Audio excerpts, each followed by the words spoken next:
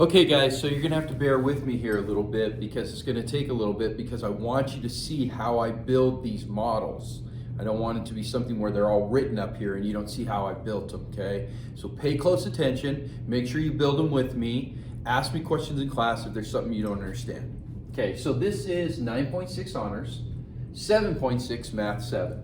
We're gonna find probabilities of compound events. Compound events means that there's two events going on, so we need to find the probability of that. By building these models, it'll help you do that. Okay, so it says, how can a model help you find the probability of a compound event? Okay, so I'm gonna come back to this one with the coin toss, and we're gonna go over to this other one first. Okay, so this is based on an event, okay? So what it is I have Angie, Phil, Mark, Carly, and Josie, so 5 students. They got perfect attendance all the way through, and they have an opportunity to win one of 2 tickets. Okay, so we have to be able to figure out what's the probability that they'd be able to do that. Now, obviously, there are mathematical equations that I could show you how to go through and do that, but we're gonna do this through building a model. Okay, guys? So this is the way we look at it. I've got the first ticket. So here's the first ticket, right?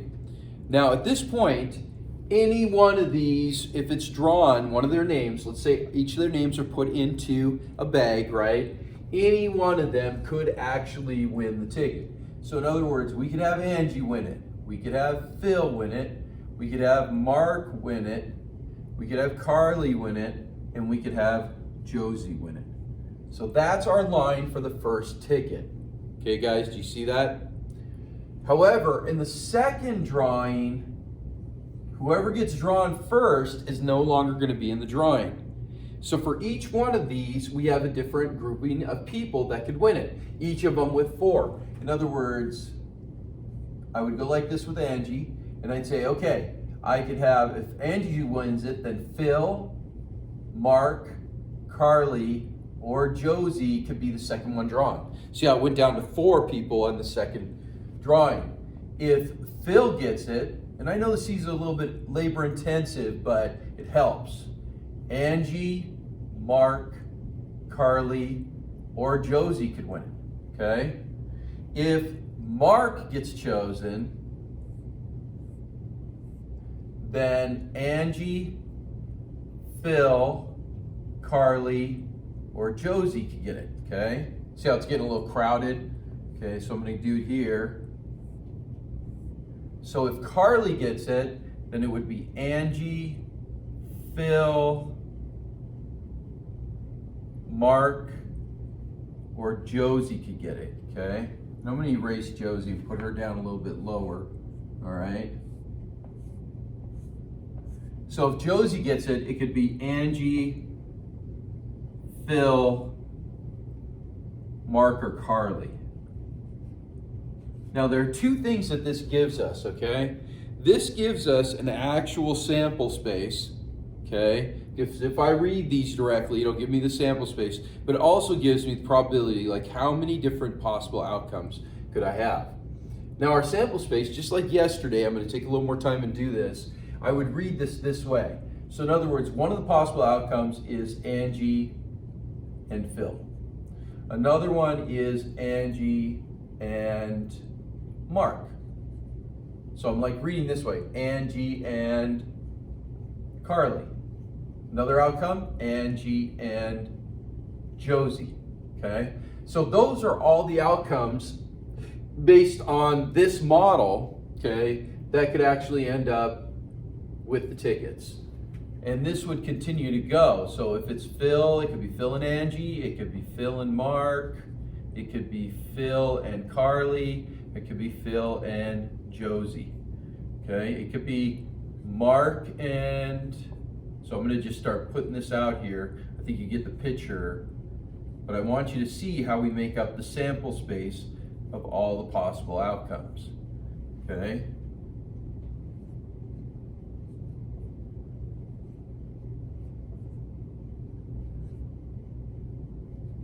Now make sure you ask me if you don't understand how I'm doing this. I'm not going to keep writing down. I'm going to bring it over here, okay? And so Josie's is right here.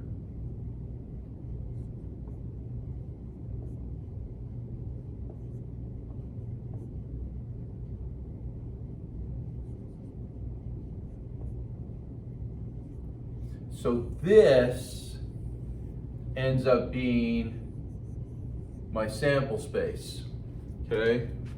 So what you're seeing here is we have, and we would count this up, 1, 2, 3, 4, 5, 6, 7, 8, 9, 10, 11, 12, 13, 14, 15, 16, 17, 18, 19, 20. So 20 possible outcomes. Okay, so there's 20 possible outcomes. That's what goes on the bottom. So in order to figure out the actual probability of this scenario, what we want to do, and this is what they asked, they said, what's the probability that Mark would get a ticket? Okay, so what we would do is we'd go through each one of these. We go, okay, here's one where Mark would get it. Here's another where Mark would get it. All of these Mark would get it because that was his over here. Here's another where Mark would get it, and here's another where Mark would get it. So we count these up. I got 4, 5, 6, 7, 8. So we have an 8 out of 20 probability, but realize for this answer, for this example, and this is the way it is with the other one too, they just want it reduced down to the simplest form. In other words, I would divide both of these by 4, right? And it would end up being 2/5 probability, okay? This is also equal to, and this is the way most probabilities are done, by percent of 40% probability. Remember, every fraction is a division problem. If I divided this, I would get 0 and 4/10. That is 40%, okay? So that should give you a fairly good idea on that, okay? Now I'm gonna show you one more example within Excel that's actually the same type of problem, just so you make sure you get it, and maybe this one will make a little bit more sense to you. I don't know. Okay, so we're going back over here. So this is Excel number 4, okay? We're talking about a coin, which we know the 2 possible outcomes of a coin toss are heads and tails. And then we're talking about flipping this coin 3 times. What would be the possibility of getting heads at least twice? Okay, so here's how it works out, okay? So in other words, I do it the same way. For the first coin toss, I could get heads or I could get tails. The second coin toss, for each one of these, I could get heads or tails.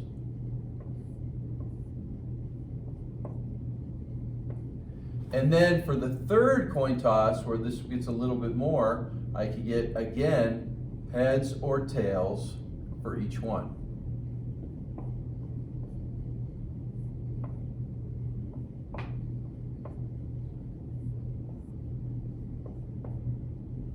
Okay, now what we want to do is we want to create a sample space. I do this by reading each through the lines. In other words, this first possible outcome is heads, heads, heads. See how it's, I'll circle it right here. Heads, heads, and heads. Now the next one's going to be heads, heads, tails. Then heads, tails, heads. Then heads, tails, tails. Next one, tails, heads, heads. Then tails, heads, tails. Then tails, tails, heads. And tails, tails, tails. Okay, so this right here is my sample space.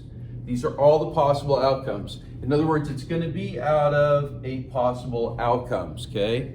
Now the question they want here is the probability of tossing at least 2 heads. So I need to find all of them that have at least 2 heads. This has 3, so that's at least 2. This has 2. This has 2. This one only has 1. This has 2.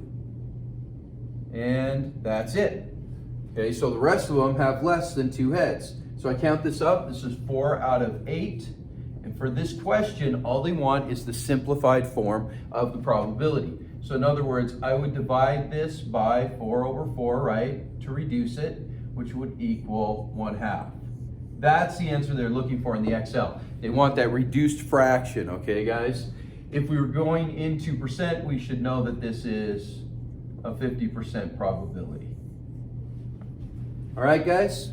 So hopefully, now I'm going to tell you right now, most of my students in the past have had a problem. They know what sample space is if you explain it to them, if I explain to you guys like this, but then when it comes up in a question, they're like, what's sample space again? Just remember, sample space is the number of outcomes, all the possible outcomes. Also, remember this lecture is meant to go along with the examples. So you need to watch the examples, guys. Don't skip out on that, or else you're gonna have a hard time understanding this information. But of course, as always, have this ready when you come to class so you can ask me questions, okay? I wanna be able to answer questions for you on anything you don't understand.